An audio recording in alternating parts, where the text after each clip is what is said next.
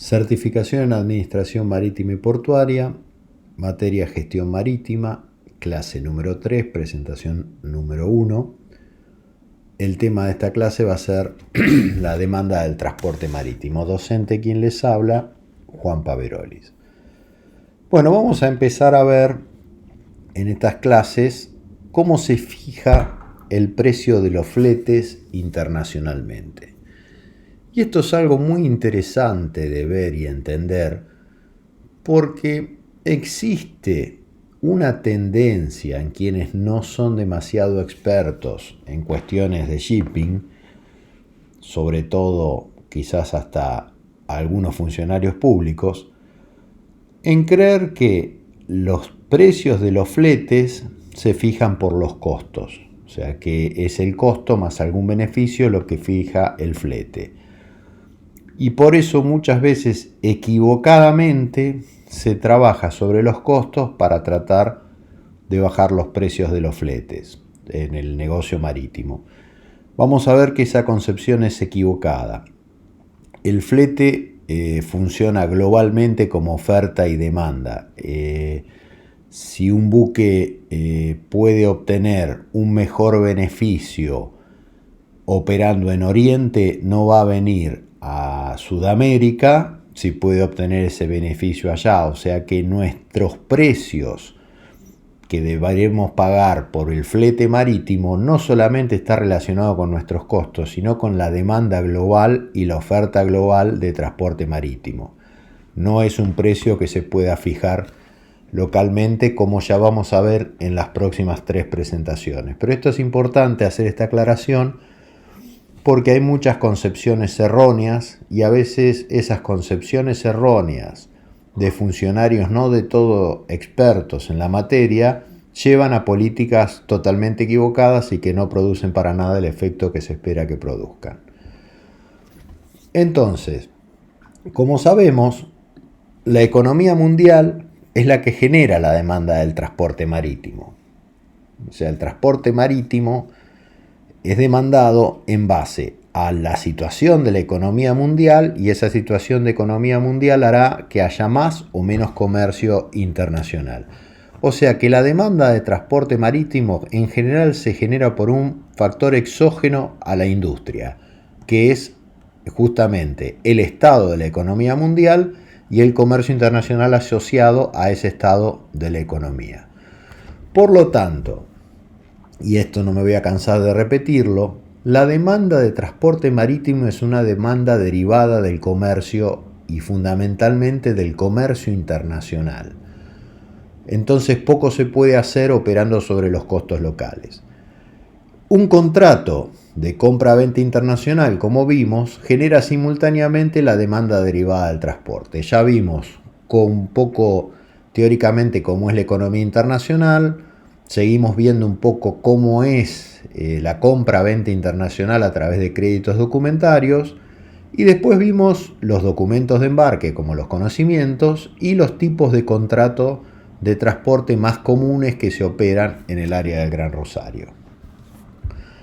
Entonces, como dijimos, el comercio internacional es el que fija la demanda del transporte marítimo, pero el comercio internacional también depende de los ciclos de la economía mundial.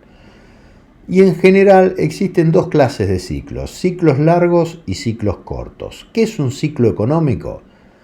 Un ciclo económico empieza con un pico, vamos a suponer que empieza por el pico, se produce una contracción, llega a un piso la economía, donde está casi derrumbada, empieza el ciclo de expansión, que hay una recuperación, finalmente se llega a una prosperidad, que es el nuevo pico, y el ciclo vuelve a empezar. En general estos ciclos, ya vamos a ver ahí los ciclos largos y los ciclos cortos, ¿por qué se producen? La economía no es estable, ni en países como el nuestro, ni tampoco en el primer mundo. Y estos dejando de lado lo que Nassim Taleb considera como los cisnes negros. Por ejemplo, esta pandemia de COVID-19 es claramente un cisne negro porque nadie esperaba un evento de esta magnitud que afecte de tal manera a la economía internacional. O sea, ese es el efecto de los cisnes negros. La metáfora que usa Taleb, que es una metáfora muy buena, es que si uno prevé los ciclos económicos por valores estadísticos de qué es lo que podría pasar, él pone el ejemplo del pavo de los 1000 días. Y es interesante para que pensemos hasta qué punto el futuro no es igual al pasado, por más que estadísticamente tengamos certeza de lo que va a pasar. Taleb dice que hay un pavo que lo vienen alimentando hace 999 días. Entonces, el día 1000, cuando entra al corral la persona que lo vino alimentando los 999 días anteriores, estadísticamente el pavo podría tener un 99,9% de certeza que esa persona ese día vino a alimentarlo. Y en realidad ese día entra con un cuchillo. O sea, eso es lo que se conoce como cisne negro para Taleb. Bueno, ahora veamos por qué se producen los ciclos largos. Los ciclos largos son ciclos de entre 50 y 60 años. Los estudió y los descubrió por primera vez un economista ruso, Nikolai Kondratiev, en 1935, y dice que esos ciclos se basan en la tecnología y el capital. ¿Qué dice Kondratiev? Que se produce una expansión de la economía que se mueve por una oleada de inversión de capital porque hay cambios radicales en las tecnologías. O sea, no es cualquier cambio. La economía, como por ejemplo, se descubre el vapor, se descubre la electricidad. Entonces hay un salto en la productividad y se genera un nuevo paradigma tecnológico. ¿Qué pasa? A medida que ese paradigma tecnológico se va haciendo más común y se va agotando, se van reduciendo las oportunidades de invertir en esas nuevas tecnologías y al mismo tiempo la productividad va creciendo más lentamente. ¿Qué pasa? Llega un momento en que la productividad deja de crecer, se empieza a acumular mucho capital y no encuentra ese capital oportunidades de inversiones productivas. ¿Qué pasa cuando pasa eso? El capital queda atrapado en el sistema financiero porque no encuentra rentabilidad en el sistema productivo. Se van agotando los modelos de negocios basados en este nuevo paradigma tecnológico que ya se va poniendo viejo, va bajando la rentabilidad y la productividad. ¿Eso a qué lleva? A que el sistema financiero colapsa porque se empieza a quedar mucho capital atrapado en el sistema financiero. Como no hay rentabilidad para pagar interés por ese capital atrapado, la tasa de interés empieza a ser negativa y finalmente el sistema financiero arrastra la economía real. ¿Qué pasa luego? Una nueva tecnología emerge iniciando nuevamente el ciclo. Se descubre una nueva tecnología disruptiva o que implica un cambio radical. Bueno, Kondratiev más o menos los ciclos los divide en lo que dijimos. Hay un periodo de prosperidad, después se produce la recesión, la depresión y comienza a mejorar nuevamente. Eso lo vimos por cómo se relaciona el capital con las oportunidades de producción y la productividad. Si tuviésemos que decir cuáles son los ciclos, bueno, como dijimos, el vapor, los ferrocarriles, el acero, la electricidad, la ingeniería y la química, la petroquímica y los automotores y las tecnologías de la información es el último ciclo, el quinto ciclo de Kondratiev que habría empezado en 1990. O sea que pensemos que estos ciclos duran 50 años sin cisnes negros, como puede haber sido el caso de la pandemia de COVID-19. También es interesante ver un poco la vida de Kondratiev, porque Kondratiev cuando plantea esto de los ciclos va en contra. Kondratiev es un ruso y esto que plantea va en contra del marxismo. ¿Qué decía Marx? Marx decía que el capitalismo iba a caer por su propio peso. Esta idea de Kondratiev de que el capitalismo iba a subsistir y que tiene sus propios ciclos de caída y recuperación, no le caía muy simpática a los comunistas. Entonces, en lugar de debatirla teóricamente y de buscar una idea superadora o tratar de incorporar las ideas de Kondratiev, ¿qué es lo que hacen con Kondratiev? El pobre Kondratiev en el 36 lo mandan a un campo de concentración, a hacer trabajos forzados. Dejate de investigar de la economía, porque acá lo que dice Marx es lo único que está bien. Es increíble la vida de Kondratiev, y los que les interese la pueden leer, porque él sigue trabajando a pesar de estar en un campo de trabajos forzados y sigue investigando, y no se sabe cómo sigue publicando. Cuando el gobierno ruso descubre eso, bueno, ¿cuál fue el método que encontró para impedirle a Kondratiev que siga investigando sobre economía y siga publicando? Bueno, es sencillo, lo fusilan. O sea que el pobre Kondratiev descubrió los ciclos económicos y el premio que obtuvo no fue un premio Nobel, fue una bala. Bueno, ahora veamos los ciclos cortos. Los ciclos cortos son ciclos que duran entre 5 y 10 años, son muchos más cortos y están un poco relacionados con la política económica de los gobiernos. Los gobiernos, cuando la economía está deprimida, en el punto 1, está quebrada, empiezan a generar incentivos para generar crecimiento. Entonces hay una expansión del crédito, posiblemente una expansión monetaria. Eso lleva a un crecimiento, pero ese crecimiento no siempre es un crecimiento genuino, porque no está acompañado de una verdadera demanda. Entonces, ese crecimiento lleva a veces a una sobreoferta. Cuando se llega al boom, al punto 3, o sea, al máximo crecimiento, se empiezan a sentir las consecuencias de esas malas inversiones, porque en todo lo que se invirtió, porque las tasas de interés eran bajas y era fácil pedir un crédito para invertir en cualquier tipo de actividad, aunque no estuviese seguro de que iba a haber demanda, empiezan a encontrarse con un montón de producción que no se puede vender. Entonces comienza la declinación o la contracción. Y esa declinación o la contracción lleva a desempleo. La gente se asusta también por el desempleo, deja de gastar y acelera la contracción. Y bueno, y se vuelve a la quiebra o a la depresión del punto 5 y el ciclo vuelve a empezar. Estos ciclos se repiten históricamente entre cada 5 y 10 años, no solamente en nuestro país, sino que internacionalmente. Entonces tenemos ciclos largos y ciclos cortos, y los ciclos cortos se sobreimprimen a los ciclos largos. Entonces, más o menos así se mueve la economía internacional. Es interesante poder entender esto, porque al entender esto también lo que se entiende es cómo se mueve la demanda de transporte marítimo, porque vimos, los ciclos económicos internacionales son los que generan la demanda de comercio internacional, y esa demanda de comercio internacional es la que finalmente genera la demanda de transporte marítimo.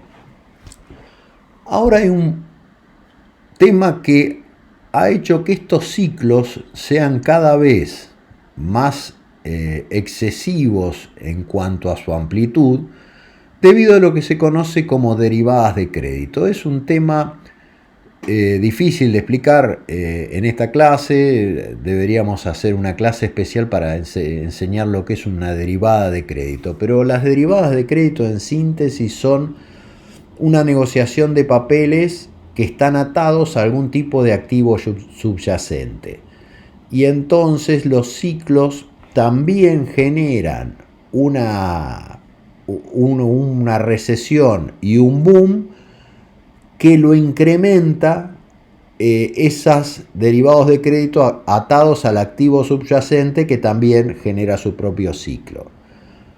Es bastante complejo de explicar, por eso que simplemente lo vamos a mencionar. Entonces vemos que según la Organización para la Cooperación Económica y el Desarrollo,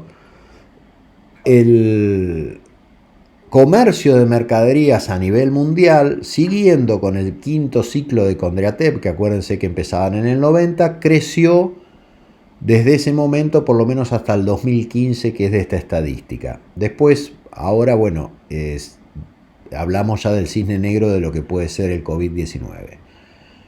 Fíjense que el transporte marítimo creció casi lo mismo que el comercio de mercaderías. Abajo le sigue el Producto Bruto Mundial. Fíjense que está muy relacionado el Producto Bruto Mundial con el comercio internacional de mercaderías, con el transporte marítimo. La pendiente es casi la misma. Y la pequeña caída que hay en el 2009, acuérdense, entre el 2008 y 2009 fue la famosa crisis de las hipotecas subprime, que se produjo justamente por el activo subyacente del derivado de crédito, era la hipoteca, y eso produjo un colapso fenomenal en la economía, ustedes se acordarán.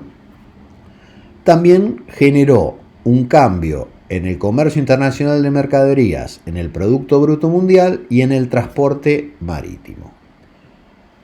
Bueno, entonces, si tomamos entre el año 2008, 2009, 2010, 2011, 2012 y 2013, vemos que el crecimiento del Producto Bruto Mundial, que es la línea continua, sigue casi exactamente la misma tendencia que el crecimiento del transporte marítimo. O sea que la correlación entre economía, comercio internacional y transporte marítimo es claramente directa.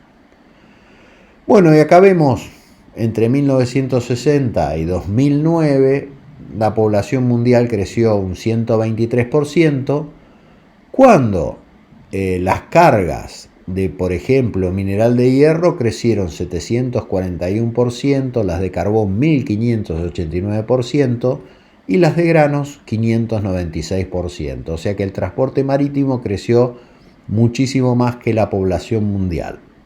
Ahora ya vamos a ver por qué. Esto también está relacionado con el tamaño de los buques. Entonces, vamos a hacer un pequeño paréntesis, porque cuando se habla de demanda de transporte marítimo, la demanda de transporte marítimo es una demanda muy segmentada. No existe una demanda global de transporte marítimo, como a veces, por cuestiones de simplificar la explicación, estamos diciendo. Primero veamos esto. El costo de transporte por unidad de carga en relación a la distancia. Vemos que en distancias relativamente cortas, como se ve en el eje de las distancias hasta D1, hasta la distancia 1, es mucho más eficiente el transporte terrestre. Después llega un punto entre D1 y D2, donde empieza a ser más eficiente el transporte por ferrocarril. Y finalmente, a distancias mayores a D2, gana en cuanto a eficiencia de costo por unidad el transporte marítimo. O sea que no necesariamente también cuando se dice hay que reemplazar el ferrocarril por el camión o el ferrocarril por el transporte marítimo, hay que analizar bien en qué distancias, porque no es directamente proporcional el costo del transporte marítimo en una gran distancia si lo queremos trasladar a una distancia corta. Entonces esto también hay que tenerlo muy en cuenta cuando escuchen, bueno, si moviésemos todo por transporte marítimo, todo por ferrocarril, todo eso tiene que ver también qué distancias lo vamos a mover. Indudablemente, por lo que vemos acá, vemos el Producto Bruto por habitante o por cápita y los costos logísticos como porcentaje de ese Producto Bruto. Y vemos que tenemos situaciones donde hay un Producto Bruto per cápita bastante alto, como Canadá, Estados Unidos, Finlandia, Singapur, Alemania, Japón y Francia, con un porcentaje de costos logísticos relativamente bajo. Y vemos también Producto bruto per cápita bastante bajo, con costos logísticos bastante altos, como el caso de Perú, Brasil, Argentina, Colombia. Eso está muy relacionado con, por un lado, la eficiencia, que ya lo vamos a ver cuando veamos productividad portuaria y el transporte marítimo. La eficiencia juega un papel muy importante. Y del mismo modo la infraestructura. Pero no todo se resuelve con infraestructura, sino que esa infraestructura tiene que ser operada eficientemente y que la inversión en esa infraestructura haya sido justificada. Y ya vamos a ver que probablemente hay muchos lugares donde hay sobreinversión en la actividad portuaria en la República Argentina. Bueno, veamos. Dijimos que la logística marítima requería cierta especialización, que la demanda de transporte estaba segmentada. ¿Por qué? Porque hasta la década de 1950 la mayoría de las mercaderías se transportaban por mar en buques de carga general o buques de carga líquida, como los tanqueros. ¿Qué pasa? Las cargas se empiezan a especializar y a partir de 1960 se comienza a generar un transporte mucho más especializado. Hay diferentes clases de buque.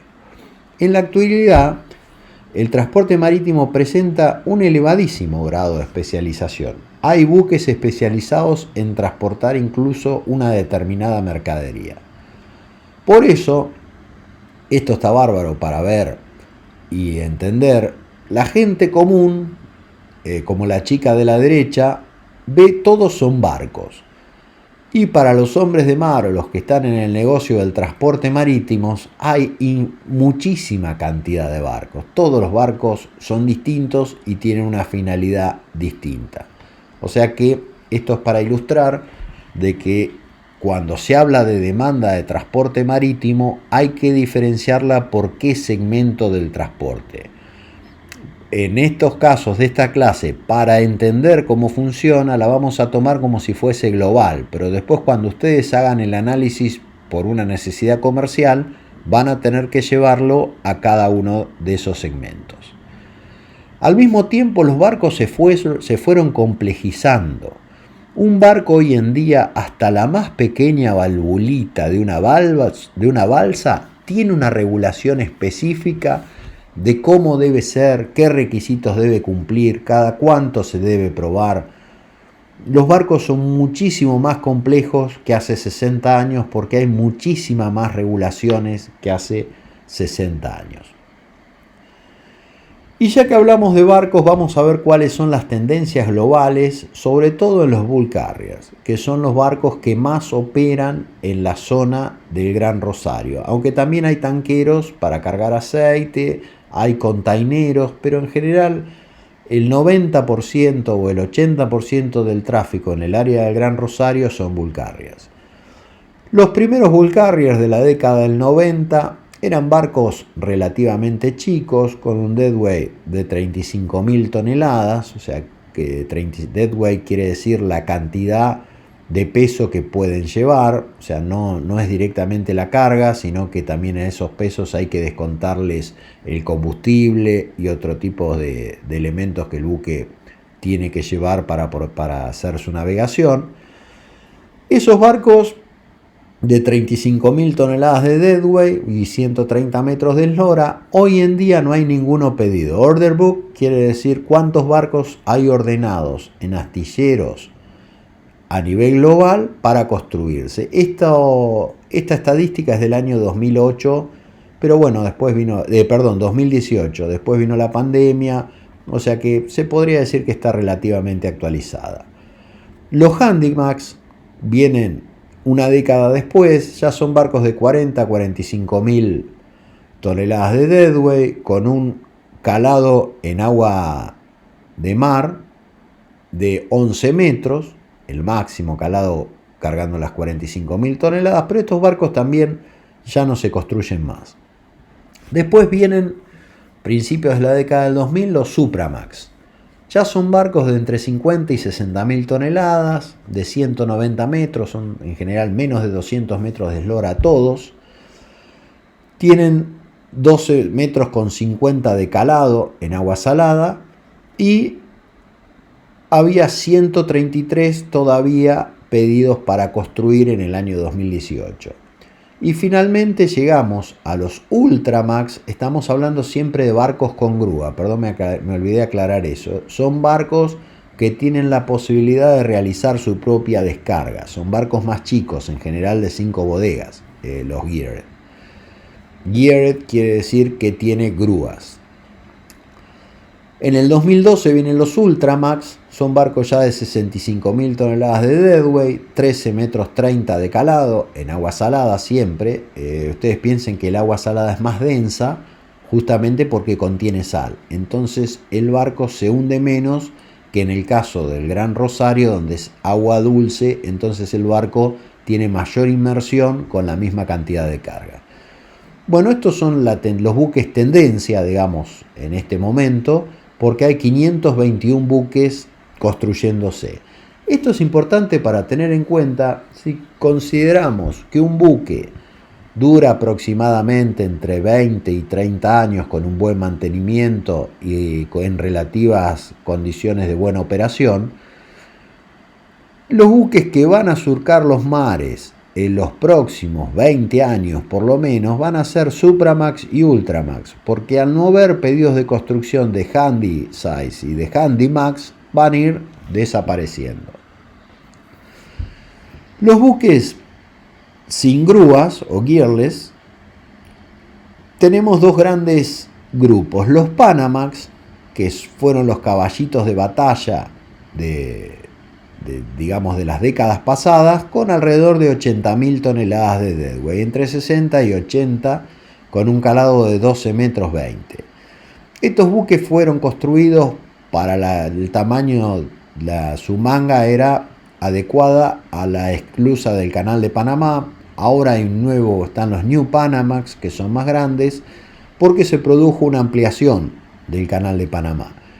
Sin embargo, estos Panamax están desapareciendo justamente porque desapareció el motivo que lo fundamentaba, que era el tamaño del Canal de Panamá, aunque todavía se están ordenando unos 60 en el año 2018. Y el buque del futuro es el Kamsarmax, el Bull Carrier del futuro. Es un barco que lleva entre 80 y 95.000 toneladas de deadweight, más o menos la misma eslora y la misma manga que un Panamax, pero tienen un mayor calado de 14 metros con 60. Estos son barcos que tienen 229 metros de eslora, justamente por la restricción del puerto de Kamsar, donde se carga bauxita en África, y es un tráfico muy importante, y estos barcos están diseñados exclusivamente para cargar bauxita en el puerto de Kamsar. De estos barcos en el 2018 había ordenado 284, o sea que si ven 284 contra 60, la tendencia es clara de que van a ser el reemplazo de los Panamax. Bueno, y acá vemos las tendencias, vemos cómo fue cambiando desde el año 1980 al 2014 el promedio de deadweight en las líneas amarillas, cómo fue creciendo el promedio de los barcos a medida que también se incrementaban las cantidades de cargas transportadas. Fíjense que en azul está el mineral de hierro, el carbón y los granos.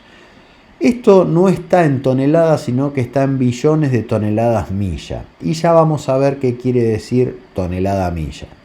Pero por ahora lo que es interesante acá es ver que a medida que se incrementaba la cantidad transportada, se fue incrementando también el tamaño de los buques.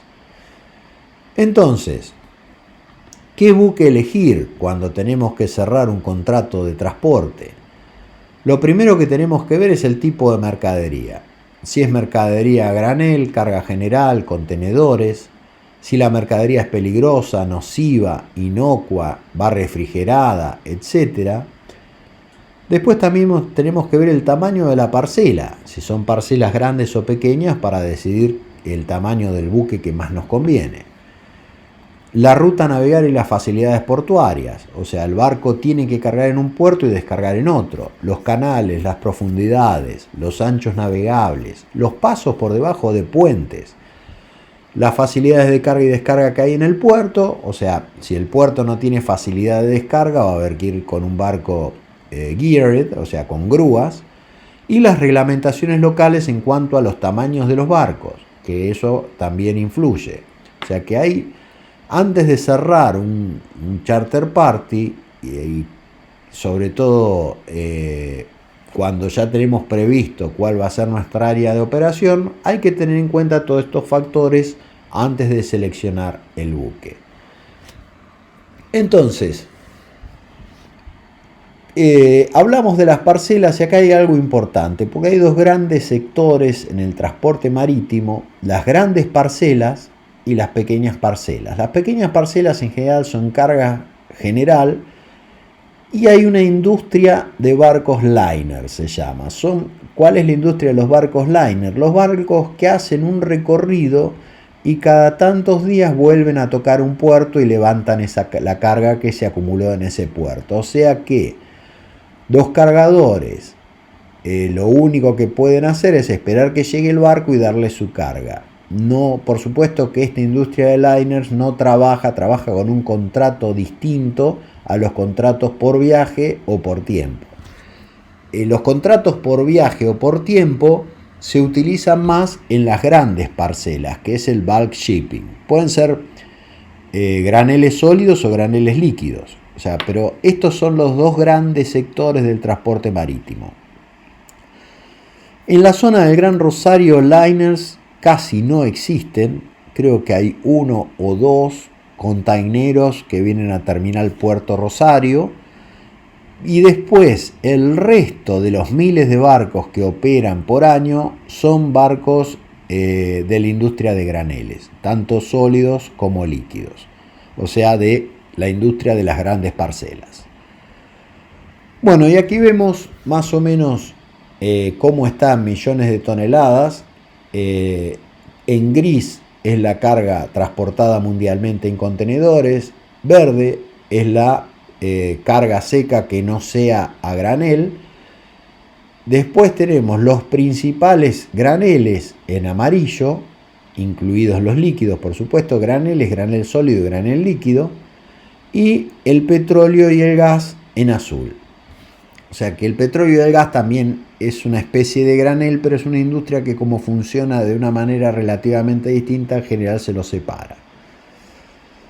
Entonces vemos acá en la presentación cómo está en porcentaje en el mundo, ¿no es cierto? Tenemos graneles secundarios, mineral de hierro, carbón, carga seca, y fíjense que los cereales no es el 4% de las cargas que se transportan a granel es cereales, o sea, no es, digamos, una de las cargas más importantes a granel. Fíjense que las cargas más importantes a granel son el mineral de hierro y el carbón. El mineral de hierro es con el cual se hace el acero. Entonces, pero lo que sí vemos es que el 53% de las cargas que se mueven en el mundo sí se hacen en bulk carriers. Bueno, entonces ahora llegamos al punto de por qué se hablaba de toneladas milla. Porque las toneladas transportadas reflejan verdaderamente la demanda del transporte marítimo. O sea, ¿es la misma demanda si yo tengo que transportar 30.000 toneladas de Buenos Aires a Montevideo que 30.000 toneladas de Rosario a algún puerto de China? Obviamente no. Por eso que las toneladas transportadas tienen que estar relacionadas con la distancia a las cuales se han transportado y el tiempo que se tardó para transportarlas. Entonces surge el concepto que fija la demanda de transporte marítimo, que son las toneladas milla tiempo, que son la cantidad de toneladas embarcadas multiplicadas por la distancia a la cual han sido transportadas en un determinado periodo de tiempo. O sea, cuanto más rápido las transportes, yo voy a poder ofrecer más capacidad de transporte. Entonces es importante ya no hablar de demanda de transporte marítimo en toneladas, sino en toneladas milla tiempo. Entonces, como hablamos de distancias, acá vemos los principales patrones del transporte marítimo. Y acá vemos que fundamentalmente, salvo que de Asia tienen que esquivar África para llegar a Europa y a Norteamérica, la mayor cantidad de transporte marítimo se produce en el hemisferio norte. ¿Por qué digo esto? Que en general no deberían de tener que esquivarlo porque está el canal de Suez, pero muchas veces el canal de Suez está cerrado o es caro, entonces prefieren dar la vuelta por Ciudad del Cabo. Y fíjense que en el caso nuestro, de Argentina y Sudamérica, los patrones de transporte mundial son casi insignificantes, o sea que si nosotros pretendemos alterar los valores de fletes internacionales, bajando los costos portuarios, por ejemplo, en un lugar como el nuestro, que no representa siquiera nada en el transporte marítimo, me parece que estamos errando un poco la política. Entonces vemos acá en porcentaje cómo se mueven las cargas por región. Bueno, Asia, fíjense, tiene el 41% de las cargas cargadas y el 60% de las cargas descargadas. Le sigue América con 22 y 14, pero este 22 y 14 tiene una gran influencia Estados Unidos, México y Canadá. Si pudiésemos desagregar Estados Unidos, México y Canadá, quedaría un valor mucho más chico. Bueno, después tenemos Europa, Oceanía y África con los números en porcentaje. Y acá, como el área del Gran Rosario es un área fundamentalmente de operación agroindustrial, vemos quiénes son en el mundo los principales exportadores de granos. Y acá también tomamos la verdadera dimensión. Si bien tenemos el polo agroindustrial más grande del mundo concentrado en el área del Gran Rosario, la Argentina en total solamente exporta el 9% de los granos que se comercializan a nivel mundial. Los dos grandes exportadores de granos acá son Estados Unidos y la Federación Rusa. Después tenemos como importadores Asia, África, los países en desarrollo de América.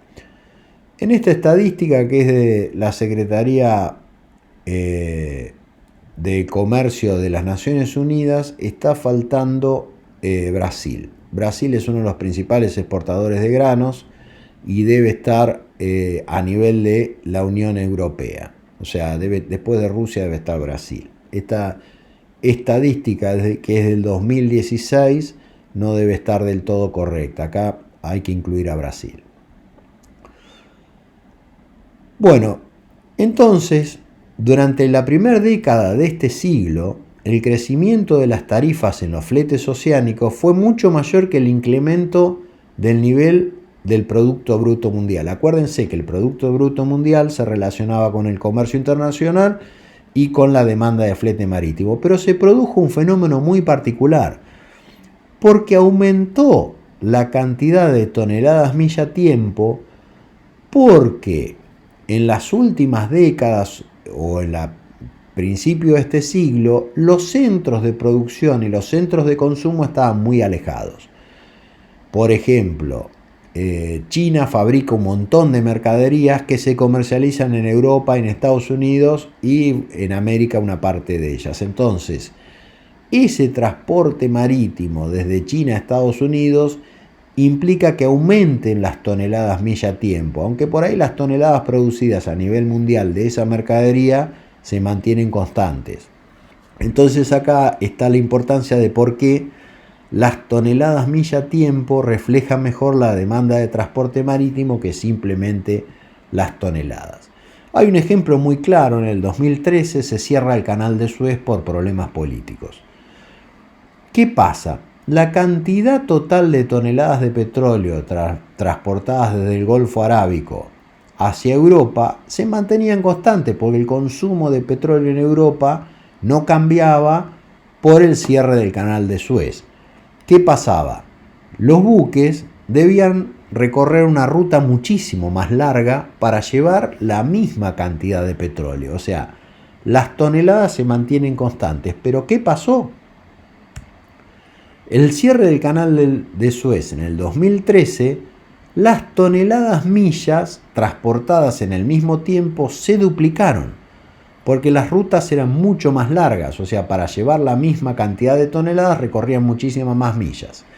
Y la cantidad de buques en servicio se debió duplicar, lo que elevó significativamente el valor del flete, o sea, había mucha más demanda de transporte marítimo.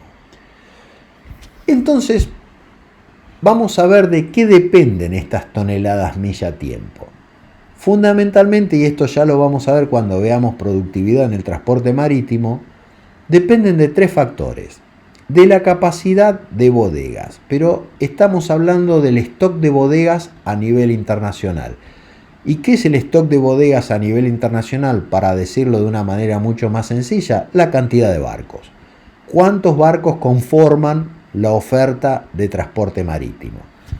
Ahora, como esa cantidad de barcos también depende de la cantidad de millas que pueden recorrer para llevar la carga y en el tiempo que lo pueden hacer, porque vamos a suponer que pueden hacer en un periodo de tiempo no solamente un viaje, sino 2 viajes porque va más rápido, la cantidad de toneladas milla-tiempo que se pueden ofertar depende de la velocidad de operación. O sea, cuanto más rápido naveguen los barcos, más millas van a recorrer en el mismo tiempo, por lo tanto, la cantidad de toneladas milla-tiempo que pueden ofertar es mayor.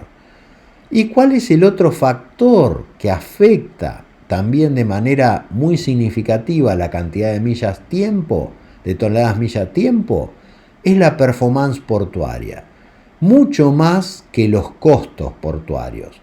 ¿Qué quiere decir esto? Que cuanto menos tiempo esté un barco en un puerto, mayor cantidad de toneladas milla-tiempo puede ofrecer para satisfacer la demanda y los valores de flete van a bajar.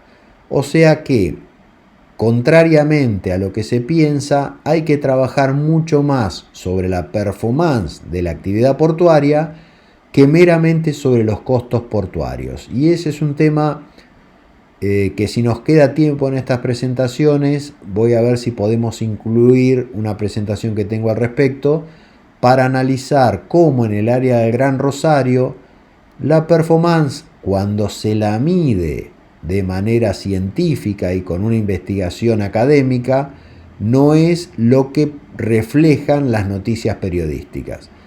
O sea que por ahí el problema pasa más por una cuestión de performance portuaria que por una cuestión de costos portuarios. Bueno, esto es más o menos lo mismo, la cantidad de carga transportada en billones de toneladas milla.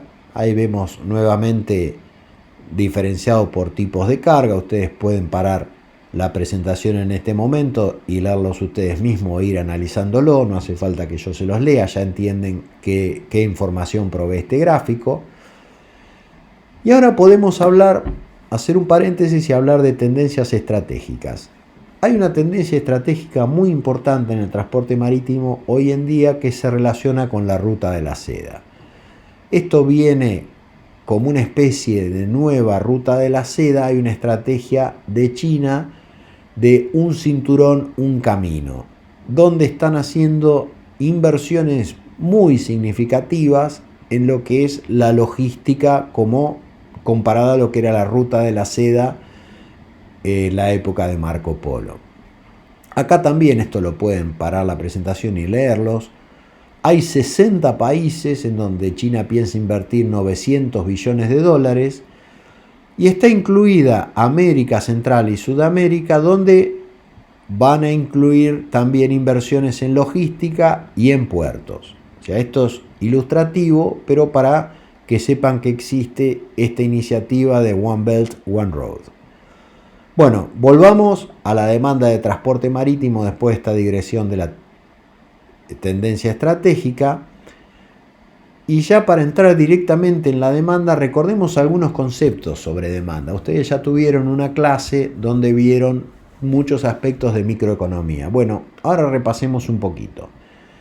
Un movimiento sobre la curva de demanda es lo que se conoce como un aumento de la cantidad demandada. Eso hay que diferenciarlo de lo que se conoce como un aumento de demanda, porque un aumento de la cantidad demandada, si todo permanece constante, ¿qué quiere decir? Bajó el precio de un bien, entonces como ese bien es más barato y todo permaneció constante, hay una mayor cantidad demandada porque ese bien es más barato. Ahora, un aumento de la demanda mueve la curva de la demanda hacia la derecha y generalmente se produce por un factor exógeno. No es ni por el precio ni por la cantidad. Hay algo que cambió fuera del modelo. Del mismo modo, una disminución de la cantidad demandada, ¿por qué se produce? Si todo lo demás se mantuvo constante y el precio subió, la cantidad demandada va a bajar, que es distinto a una disminución en la demanda, que una disminución en la demanda se produce por un factor exógeno al modelo, que no es ni el precio ni la cantidad, y disminuyó la demanda. Vamos a suponer en el transporte marítimo, ¿esto con qué se relaciona? Con la economía internacional. La demanda de transporte marítimo, vamos a suponer que crece el Producto Bruto Mundial, crece el comercio internacional, va a crecer la demanda. Entonces se va a mover la curva de la demanda a la derecha. Cuando la situación sea contraria, la curva de la demanda se va a mover a la izquierda. Pero ¿por qué es interesante entender esto claramente? Porque la demanda dentro del modelo es lo que se llama inelástica al precio. Hay una cantidad de mercadería que debe ser transportada por mar que se mantiene relativamente constante a pesar de que cambie el precio del transporte. Fíjense en el gráfico de la derecha, la cantidad es casi siempre la misma a pesar de que el precio pasa primero a 6, después a 12 y sigue creciendo. Eso es una demanda altamente inelástica. Ustedes esto ya lo vieron cuando tuvieron esa clase sobre microeconomía. Entonces, si la demanda es altamente inelástica al precio, quiere decir que la cantidad que hay que transportar va a ser siempre la misma a cualquier precio. Entonces, cuando se mueve la demanda, depende de factores exógenos. La demanda, la curva esta de demanda se va a mover hacia la derecha o hacia la izquierda dependiendo de el nivel de actividad económica mundial, que ya lo vimos, el comercio internacional resultante de ese nivel de actividad económica y a veces ciertas estacionalidades específicas de la producción y comercialización de determinados productos que son estacionales. Entonces aumenta mucho la demanda en esa época, sobre todo en algunos sectores. Acuérdense que vimos que la demanda se debe analizar por sectores. Y algún cambio en los patrones en relación a la localización de los centros de producción y consumo. Eso ya lo vimos, lo que Notenborn descubrió en el 2000, de que a pesar de que la actividad económica mundial y el comercio internacional se mantenían relativamente constantes, la distancia existente entre los centros de producción y consumo hacía que significativamente aumenten la cantidad de toneladas millas transportadas. Y acá llegamos a la función demanda del transporte marítimo, que era el objetivo de esta presentación, entender la demanda del transporte marítimo. Hay una demanda completamente inelástica, donde en un eje están las tarifas de flete, que para arriba suben, y las toneladas milla transportadas. Fíjense que para un determinado nivel de actividad económica mundial, las toneladas milla transportadas se mantienen en una cantidad que está alrededor de D1. Y es muy poco sensible esa cantidad demandada de toneladas millas a los cambios de tarifa. Fíjense que si bien la curva tiene alguna inclinación, permanece casi constante la cantidad de toneladas millas a los cambios de tarifa. O sea que La demanda es inelástica al precio.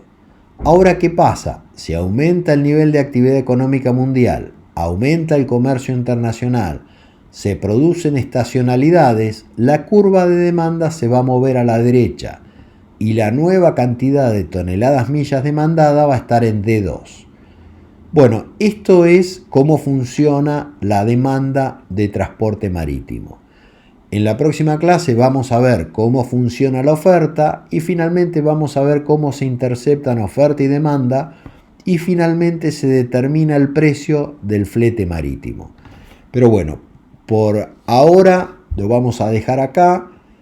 Espero haber sido claro. Como siempre, las preguntas que tengan a la Escuela de Administración y voy a tratar de contestarlas en otro video lo antes posible. Bueno, muchas gracias y hasta la próxima clase.